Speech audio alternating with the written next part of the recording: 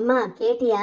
என் தம்பி பொண்டாட்டிக்கும் எனக்கும் ஒரே வயசா. கேக்குறதுக்கே அசிங்கமா இருக்குல்ல. நீ மட்டும் எம்ஏ எல்லாம் படிக்கலன்னு அந்த ஸ்கூல்ல தெரிஞ்சிருந்துச்சுன்னா உன்னை மட்டும் இல்ல எங்க அப்பாவையும் கேவலமா பேசிப்பாங்க. அந்த கரஸ்பாண்டன்ட்டுக்கும் எங்க அப்பாவுக்கும் எவ்வளவு வருஷம் பழக்கம் தெரியுமா? ஒரு செகண்ட்ல நீ அதை இல்லாம பண்ணிருப்ப. ஒரு சட்டம் வாங்க போனா கூட மணிக்கணக்கா விசாரிப்பீங்கல்ல. பொண்ணு பார்க்கும்போது இதெல்லாம் விசாரிக்கலையா? உங்களுக்கு தான் எல்லாம் தெரியும்னு பண்ணி பண்ணி இப்போ அண்ணனோட வாழ்க்கைய நடுத்தெருல கொண்டு வந்து நிப்பாட்டிருக்கீங்க. வேற என்ன பொய் சொல்லி வச்சிருக்க? உண்மை சொல்லு. நகை நட்டு சொத்து அது இதுன்னு ஏதாச்சும் மறைச்சிருக்கியா?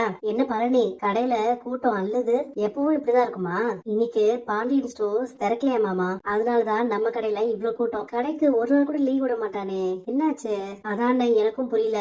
நல்ல விஷயம் சொல்றதுக்காக நம்மள கூப்பிட்டுருக்காங்க, நாம ஏதாச்சும் வாங்கிட்டு வந்திருக்கணும். இப்படி வெறுங்காய வீசிட்டு வந்திருக்கோமே. என்ன சம்மதி, எதுக்காக எங்க 2 பேரையும் வர சொன்னீங்க? உங்க 2 பேருக்காக தான் குடும்பமே காத்துட்டு இருக்கு. மனுஷ ஜென்மங்களா நீங்களா? நாங்க என்ன பண்ணோம்? சரியான ஃப்ராட் குடும்பமால இருக்கீங்க. என்ன கொஞ்சம் கூட மரியாதை எல்லாம் பேசுற? இப்படி ஒரு பொழப்பு பொழைக்கிறதுக்கு வெக்கமா இல்லையா உங்களுக்கு? என்ன சம்பந்தி, நீங்களும் என்னமோ மாதிரி பேசுறீங்க?